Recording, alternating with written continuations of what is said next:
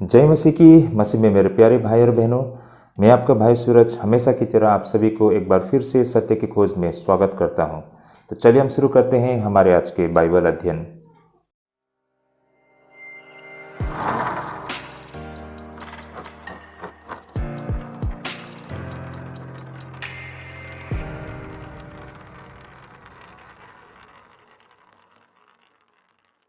तो एक बार फिर से आप सभी को स्वागत है हमारे आज के बाइबल अध्ययन में भाई और बहनों। तो भाई और बहनों, हमारा आज का जो दूसरा विषय है क्रूस की पीड़ा।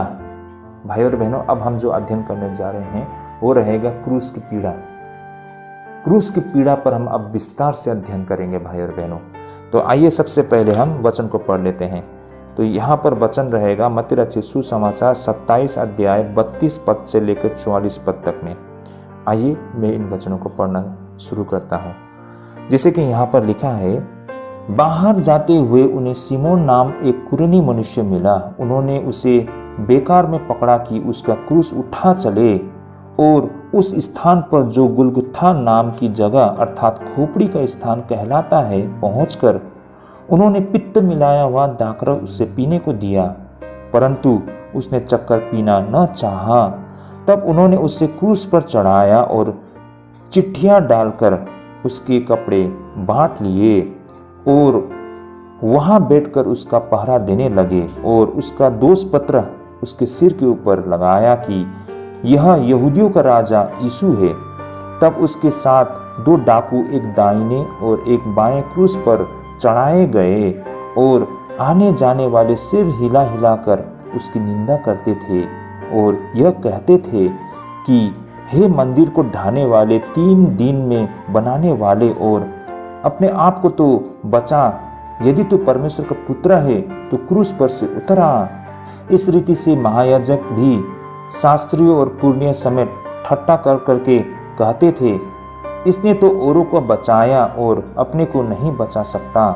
यह तो इज़राइल का राजा है। अब क्रूस पर से उतर आए तो हम उस पर विश्वास करें। उसने परमेश्वर का भरोसा रखा है। यदि वह इनको चाहता है तो अब इसे छुड़ा ले, क्योंकि इसने कहा था कि मैं परमेश्वर का पुत्र हूँ। इसी प्रकार डाकू भी जो उसके साथ क्रूस पर चढ़ाए गए थे उनकी निंदा करते थे। तो इस तरह भाई और बहनों यहाँ पर हमने देखा है क्रूस की पूरी प्रक्रिया को। तो आइए भाई और बहनों, अब हम इस पर विस्तार से अध्ययन करना शुरू करते हैं। भाई और बहनों, क्रूसिफिकेशन की कहानी को टिप्पणी की आवश्यकता बिल्कुल नहीं है। ऐसा हम क्यों कहते हैं? क्योंकि इस कहानी को सामान्य तरीके से बताना ही काफ़ी है। लेकिन हाँ, हम ये कह सकते हैं कि इस कहानी की पृष्ठभूमि को चित्रित करें ताकि यह और भी स्पष्ट हो जाए। तो भाई और बहनों, चलिए इस पूरी दृश्य को हम एक बार फिर से हम अपने सामने रखते हैं। तो देखिए भाई और बहनों, होता क्या है, जब किसी अपराधी को क्रूस की सज़ा दी जाती है तो उसे सूली पर चढ़ाने के लिए ले जाया जाती है। भाई और बहनों, उस वक्त उस अपराधी के चारों ओर रोमन सैनिक द्वारा घेरा देकर रखा जाता है और उसी तरह उसे क्रूस पर टंगाने के लिए जब ले जाया करते हैं तो उस अपराधी के चारों ओर 4 सैनिक खड़े होते हैं और बाकी टोली आगे या फिर पीछे होती है भाई और बहनों। लेकिन जब वो अपराधी क्रूस को लेकर आगे बढ़ता है तो उस अपराधी के चारों ओर 4 सैनिक उसके साथ साथ आगे बढ़ते हैं। तो यही कुछ हम प्रभु यीशु मसीह के साथ भी होते हुए हमको दिखाई पड़ती है। और इस क्रूस की सजा में यह भी प्रथा थी कि वह अपने ही क्रूस को खुद उठाए और जिस अपराध पर उसे दंड दी गई थी वह एक पट्टी पर लिखी होती थी, जिसे या तो उस अपराधी को अपने गले में लटकाना होता था या फिर जुलूस के सामने कोई एक अधिकारी द्वारा ले जाया करते थे, जो बाद में क्रूस पर ही चिपका दी जाती थी। भाई और बहनों, ये एक स्वाभाविक प्रक्रिया है ना। जो अपराधी होते हैं उसके अपराध को उस पट्टी में लिखा होता है और वो पट्टी उसी अपराधी के गले में लटका दिया जाता है। या फिर कभी कभार क्या होता है कि उस पट्टी को कोई अधिकारी आगे आगे लेके जाती है। जब वो स्थान में पहुंच जाती है तो उस पट्टी को उसके क्रूस के ऊपर लगा दी जाती है और उस पट्टी में उस व्यक्ति के अपराध को लिखा जाता है। और हम सब जानते हैं यीशु मसीह को जो पट्टी उसके क्रूस पर लगाया गया था उसमें क्या लिखा था, यह यहूदियों का राजा है ना। ये मजाक के तौर पर या फिर एक अपराध के तौर पर ना, क्योंकि उसने अपने आप को राजा घोषित किया है इसलिए उसे वो दंड दिया गया है ना। तो ये उसका अपराध सभी को पता चले, तो यही कारण ये अपराध को, उसके अपराध को उस पट्टियों में लिखा होता है। तो ये बात मैं यहाँ पर जोड़ना चाहूँगा। साथ ही भाई और बहनों, हमें इन बातों को भी ख्याल रखना पड़ता है कि अपराधियों को सूली पर चढ़ाए जाने के स्थान तक पहुँचने में यथासंभव लंबे से लंबे मार्ग का प्रयोग की जाती थी, ताकि अधिक से अधिक लोग उसे देख सके और इसे पूरी गंभीरता से ले। यह उन सभी के लिए एक चेतावनी भी थी कि अगर कोई व्यक्ति उसकी तरह कोई अपराध करता है तो उसकी सजा इतनी भयानक होती है। तो लोगों को संदेश देने के लिए, ज़्यादा से ज़्यादा लोग तक पहुंच सकने के लिए, ज़्यादा से ज़्यादा लोग उसे देख पा सके, वे उस अपराधियों को उस सूली पर चढ़ाने के लिए, वहाँ तक पहुँचाने के लिए, यही कारण एक लंबे से मार्ग को वो चुनते थे। तो भाई और बहनों, इस प्रक्रिया से जब प्रभु यीशु मसीह भी जब गुजर रहे थे तो उस वक्त यीशु पर भयानक कोड़े भी बरस रहे थे और वे सैनिक यीशु की ठट्टा कर रहे थे। हमें ये भी याद रखना चाहिए कि पहले से ही प्रभु यीशु मसीह पर पूरी रात उस जांच प्रक्रिया के अधीन में थी, इसलिए वह शारीरिक रूप से थका हुआ था। यही कारण अपने क्रूस को उठाने में वो डगमगा रहा था। भाई और बहनों, ये एक तथ्य है। भाई और बहनों, ये बहुत ही भयानक प्रक्रिया है। ऐसा नहीं है कि हम में से बहुत लोगों को हम यही बातों पर ध्यान देते हैं कि प्रभु यीशु मसीह को क्रूस में टंगाया गया था, लेकिन भाई और बहनों, हमें ये बात को भी समझना होगा कि प्रभु यीशु मसीह को सिर्फ क्रूस में नहीं टंगाया गया था, बल्कि उसको ह्यूमिलेट भी किया गया था ना। उसको बहुत शर्म दिलाया गया था, उसका मजाक उड़ाकर। और ये सिर्फ नहीं भाई और बहनों, उसे कोड़े भी लगाए गए थे। वो भी इतना ही दर्दनाक प्रक्रिया था। जितना क्रूस में लटकाना दर्दनाक प्रक्रिया था, उतना ही कोड़े लगाना भी उतना ही दर्दनाक प्रक्रिया था। हम तो प्रभु यीशु मसीह को सिर्फ सूली की बात याद रखते हैं ना, लेकिन उस सूली तक पहुंचने से पहले उन्हें कितनी बार कोड़े खाने पड़े थे। जैसे कि पहले से ही उसे क्रूस में टंगाने से पहले ही उन सिपाहियों ने उस पर कोड़े बरसाए थे। वो कोड़े बहुत ही दर्दनाक था भाई और बहनों। इसके बाद प्रभु यीशु मसीह को इतनी भारी भरकम वो क्रूस को खुद उठाकर वहां जाना होता है।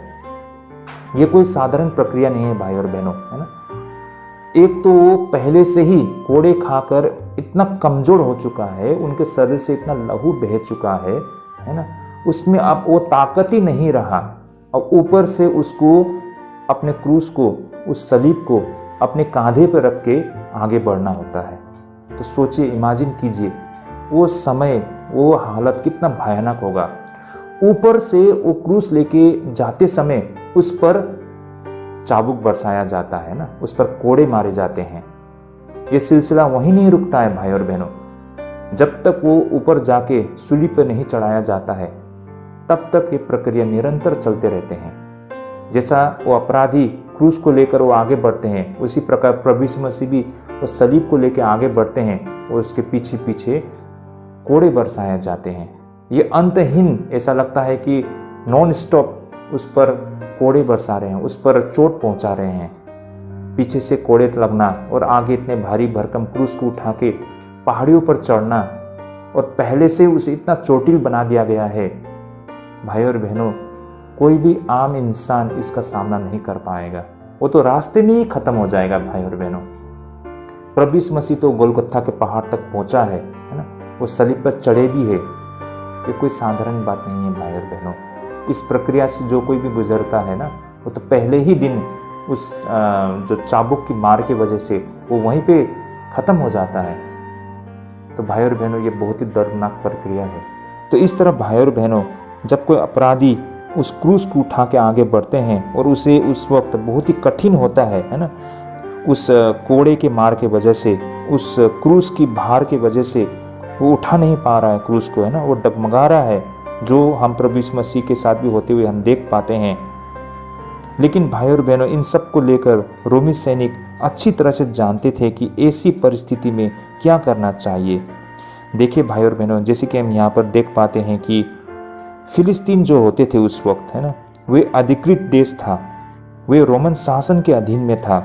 और यही कारण एक रोमन अधिकारी बस इतना ही उसे करना होता है कि वह अपने हथियार यानी कि अपने जो भाले होते हैं उसके दम पर किसी भी यहूदी के कंधे पर अगर वो अपने हाथों को थपथपाता है और उस व्यक्ति को कोई भी कार्य करने को कहता है, चाहे वो कितना भी अरुचिकारक हो, उसे करना ही होता है। और यही कुछ हमें होते हुए यहाँ पर दिखाई देता है। तो इस तरह उस वक्त जब प्रभु यीशु मसीह को सूली पर चढ़ाने के लिए ले जा रहे थे, उसी वक्त आसपास गांवों में से एक उत्तरी अफ्रीका के दूर साइरेन के एक व्यक्ति वहां पर था, जिसे साइमन भी कहा जाता है। हो सकता है कि साइमन वो व्यक्ति था जो कई वर्षों से इस फसह के पर्व में भाग लेने के लिए उन्होंने बचत कर रखा हो ताकि इस फसह के पर्व में भाग ले सके। लेकिन भाई और बहनों, अब यहाँ पर साइमन को या फिर उस व्यक्ति को उन भयानक अपमान और शर्मिंदा का सामना करना पड़ता है, क्योंकि उसे यीशु के क्रूस उठाने के लिए विवश किया गया था, है ना। उन सैनिकों ने देखा जब प्रभु यीशु मसीह अपने क्रूस को उठा के जाने में बिल्कुल लाचार है ना, वो नहीं कर पा रहा है, तो उन सैनिकों ने अपने अधिकार का इस्तेमाल करते हुए वहाँ पर जो व्यक्ति खड़ा था, जिनका नाम साइमन बताया जाता है, जो उत्तरी अफ्रीका से थे, उसे दबाव देते हैं कि यीशु मसीह को सहयोग करे उस क्रूस को उठाने के लिए। और ये प्रक्रिया उस व्यक्ति के लिए बहुत ही शर्मनाक प्रक्रिया है ना, क्योंकि क्रूस को उठाना, क्रूस पे टंगाना, ये बहुत ही शर्मनाक बातें हैं, है ना। और उस प्रक्रिया को वो भागीदार बन गया है ना। जब उसे क्रूस को उठाना कहा गया है तो ये बहुत ही शर्मिंदाजनक एक ऐसा काम उसे दिया गया है, लेकिन वो इनकार नहीं कर सकता है। तो भाई और बहनों, इस तरह अगर हम मरकुस 15:21 में देखते हैं तो हमें ये जानकारी मिलती है कि ये साइमन अलेक्जेंडर और रूफुस के पिता के रूप में पहचाना गया है। आइए, ये बातें मत्ती में तो दर्ज नहीं है, लेकिन हम मरकुस से जान सकते हैं। मरकुस 15:21 में जिस तरह यहाँ पर दर्ज किया गया है। और सिकंदर और रूफुस के पिता सिमोन नाम एक कुरेनी मनुष्य जो गांव से आ रहा था, उधर से निकला। उन्होंने उसे बेकार में पकड़ा कि उसका क्रूस उठा ले चले। तो भाई और बहनों, यहाँ से हमें ये जानकारी मिलती है कि ये जो सिमोन था वो सिकंदर और रूफुस का पिता था। भाई और बहनों, इस पर और भी अन्य बातें हैं जो मैं यहाँ पर अभी रखना नहीं चाहूँगा, लेकिन मैं इतना ही इस सिमोन के विषय में कहना चाहता हूँ कि वो अलेक्जेंडर और रूफुस का पिता था। इस तरह वो दिन सिमोन के लिए एक लज्जा का प्रतीक होते हुए हमको दिखाई पड़ती है, लेकिन भाई और बहनों, वास्तव में वो उसकी महिमा का दिन बन गया था। बेशक, है ना, एक नज़र से देखे उस वक्त तो हमें लगे कि किसी अपराधी का साथ देना है ना, उसको कंधा देना, वो भी क्रूस में टंगाते वक्त, कितना शर्मनाक बातें होंगी ना उस व्यक्ति के लिए। शायद उस समय ऐसा लगे, लेकिन जब हमें सच्चाई को पता चलता है तो हमें ये बात एहसास होता है कि कितनी महान बातें हैं जो यीशु मसीह का साथ देना ना, उसके कष्ट के समय उसका साथ देना, भले ही अनजाने में ही सही, लेकिन इस व्यक्ति ने यीशु का साथ दिया था ना। उसने यीशु के बोझ को अपने ऊपर उठाया था। एक नज़र से देखे तो ये व्यक्ति बहुत ही भाग्यमानी व्यक्ति है जो उसे ये अवसर मिला है। भाई और बहनों, जीवन में हमें भी इस प्रकार प्रभु का जो बोझ है ना, प्रभु का जो बोझ है वो उठाने का अवसर मिलता है। इनकार मत कीजिए भाई और बहनों, वरना हम पछताएंगे, है ना।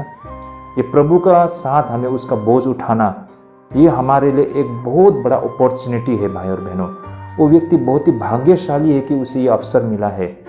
इस मौके को कभी मत गवाइए, है ना। तो ये बातों को मैं यहाँ पर जोड़ना चाहूँगा। अब आगे हमें यह दिखाई पड़ता है कि यीशु को सूली पर चढ़ाने के लिए गोलगथा नामक पहाड़ी पर ले जाया गया। ऐसा इसलिए कहा जाता था क्योंकि यह खोपड़ी की आकार में थी। इस प्रकार जब यीशु उस स्थान पर पहुंच गया तो उसे सूली पर चढ़ाया गया।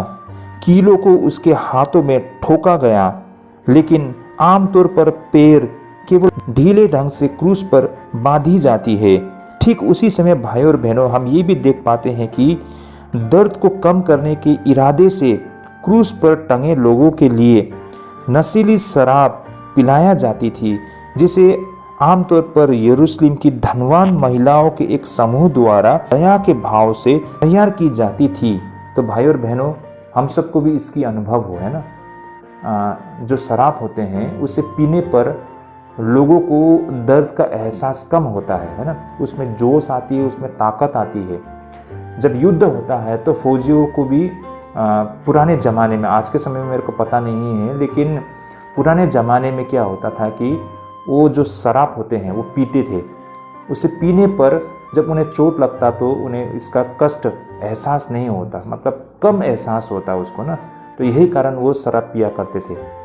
तो यही प्रक्रिया को यहाँ पर हम देख पाते हैं ना, क्योंकि जो शहर के जो महिला होते हैं उनको लगा हो कि जब ये मरने वाले हैं तो ये पीड़ा बहुत ही दर्दनाक है, तो उनके दर्द को कम करने के इरादे से वे ऐसे मदिरा बनाया करते थे जिससे पीने पर उन्हें दर्द कम महसूस हो। तो ये चीज़ हम यहाँ पर भी होते हुए देख पाते हैं। तो इस तरह भाई और बहनों हम यहाँ पर देख पाते हैं कि प्रभु यीशु मसीह को भी नशीले प्याले पेश किया गया था, लेकिन उन्होंने मृत्यु को उसके सबसे कड़वे और सबसे गंभीर रूप में स्वीकार करने और दर्द के किसी भी पल से न बचने के लिए दृढ़ संकल्प किया था। भाई और बहनों, आगे हमने यह भी देखा है कि किस तरह अपराधियों को 4 रोमन सैनिकों के बीच में रख कर क्रूस पर चढ़ाया गया था और साथ ही उन अपराधियों को सूली पर एक लंगोटी के सिवाय खाली बदन के साथ चढ़ाया जाती थी, जो हम प्रभु यीशु मसीह के साथ और अन्य 2 अपराधियों को भी उसी तरह क्रूस में टंगाते हुए हमको दिखाई पड़ती है। और इस तरह उन अपराधियों को जो कपड़े होते थे यह उन सैनिकों की अनुलाप के तौर पर संपत्ति बन जाती थी। यहाँ पर हमें कुछ बातों को समझना पड़ेगा भाई और बहनों, जैसे कि प्रत्येक यहूदियों के 5 प्रकार के वस्त्र होती थी, जैसे कि उसके जूते, उसके पगड़ी, उसकी कमरबंद, उसकी भीतरी वस्त्र और उसकी बाहरी लवादा। तो भाई और बहनों, इस तरह से उस वक्त वहाँ पर 5 वस्त्र और 4 सैनिक थे। जैसे कि पहले 4 वस्त्र सभी समान मूल्य के थे, लेकिन बाहरी लवादा जो होती है अन्य सभी के तुलना में अधिक मूल्यवान थी। और यहाँ पर यह यीशु के बाहरी लवादे के लिए था कि इन सैनिकों ने चिट्ठी डाली थी, जैसे कि यूहन्ना में हमें बताया गया है। आइए हम इसे वचन का माध्यम से देखते हैं। यूहन्ना रचित सुसमाचार 19 अध्याय 23 और 24 पद में जैसा दर्ज किया गया है। जब सिपाही यीशु को क्रूस पर चढ़ा चुके तो उसके कपड़े लेकर 4 भाग किए, हर सिपाहियों के लिए 1 भाग और कुर्ता भी लिया, परंतु कुर्ता बिन सियून ऊपर से नीचे तक बुना हुआ था। इसलिए उन्होंने आपस में कहा, हम इनको न फाड़े, परंतु इस पर चिट्ठी डाले कि वह किसका होगा। यह इसलिए हुआ कि पवित्र शास्त्र की बात पूरी हो कि उन्होंने मेरे कपड़े आपस में बांट लिए और मेरे वस्त्र पर चिट्ठी डाली, सो सिपाहियों ने ऐसा ही किया। तो भाई और बहनों, इस तरह से ये भविष्यवाणी भी प्रभु यीशु मसीह में इस तरह पूरा होते हुए हमको दिखाई पड़ती है ना। जैसा हमने कहा है कि जब अपराधियों को क्रूस पर टंगाया जाता है तो उसके चारों ओर वो सैनिक होते हैं जो पहरा देने के लिए होता है। भाई और बहनों, तो उस वक्त ये प्रथा थी कि जो अपराधियों के कपड़े होते हैं अब ये उन सैनिकों की संपत्ति है, वो रख सकते थे। लेकिन होता क्या है कि जो यहूदी होते हैं उनके जो कपड़े होते हैं, उनके जो लिबास होते हैं वो 5 प्रकार के होते हैं। जैसे हमने देखे हैं, जूते होते हैं, उनके जो टर्बन होते हैं, है ना, जो उनके अंदरूनी कपड़े होते हैं, है ना, वो कमरबंद होते हैं या फिर बाहरी लवादा होते हैं। तो इस तरह से बाकी 4 चीज़ तो एक ही मूल्य के होते हैं, तो इस कारण चारों ने बराबर बांट लिया। लेकिन जो बाहर के लवादे होते हैं वो थोड़ा महंगा होता है और वो उसको फाड़ना नहीं चाहते थे, तो उन्होंने क्या किया कि उस पर चिट्ठा डाली, है ना, तो जिसको लगेगा वही ले लेंगे। तो इस तरह से प्रभु यीशु मसीह का जो बाहरी लवादा को लेकर उन्होंने चिट्ठा डाला और किसी एक को मिल गया वो। भाई और बहनों, तो इस तरह से ये प्रक्रिया उन भविष्यवाणी को पूरा करता है जो यीशु मसीह के विषय में बहुत पहले कही गई थी। तो ये बातें भी हमको यहाँ पर होते हुए दिखाई पड़ती है। तो इस तरह भाई और बहनों, इन सिपाहियों ने जब कपड़े को बांट लिया तो वे अंत आने तक वहाँ पर पहरा देने के लिए बैठ गए। इस प्रकार गोलगोथा पर 3 क्रूस का एक समूह था। बिल्कुल बीच में परमेश्वर का पुत्र था और दोनों ओर एक एक डाकू थे। सच में भाई और बहनों, उस वक्त प्रभु यीशु मसीह अपने मृत्यु के समय पर उन पापियों के साथ में था। और आगे हम देख पाते हैं अंत के पद में, यानी कि वर्स 39 अप टू 43, यहाँ पर उस वक्त राहगीरी जो गुजर रहे थे वहाँ से ना, या फिर जो यहूदी अधिकारी थे या फिर जो वे लुटेरे थे वे भी प्रभु यीशु मसीह पर ताने मारते हुए हमको दिखाई पड़ते हैं। वे सभी उन बातों को इर्द गिर्द केंद्रित करते हुए जो पहले कभी प्रभु यीशु मसीह ने दावा किया था, और साथ ही प्रभु यीशु मसीह की क्रूस पर उनकी स्पष्ट लाचारी भी हमको दिखाई पड़ती है। तो भाई और बहनों, आइए इन वचन के माध्यम से ये सारे बातों को हम समझते हैं। आइए मैं इसे पढ़ना शुरू करता हूँ। और आने जाने वाले सिर हिला हिला कर उसकी निंदा करते थे और यह कहते थे कि हे मंदिर को ढाने वाले और 3 दिन में बनाने वाले, अपने आप को तो बचा। यदि तू परमेश्वर का पुत्र है तो क्रूस पर से उतर आ। इसी रीति से महायाजक भी शास्त्री और पुरनियों समेत ठट्ठा कर करके कहते थे, इसने औरों को बचाया और अपने को नहीं बचा सका। यह तो इज़राइल का राजा है। अब क्रूस पर से उतर आए तो हम उस पर विश्वास करें। उसने परमेश्वर का भरोसा रखा है।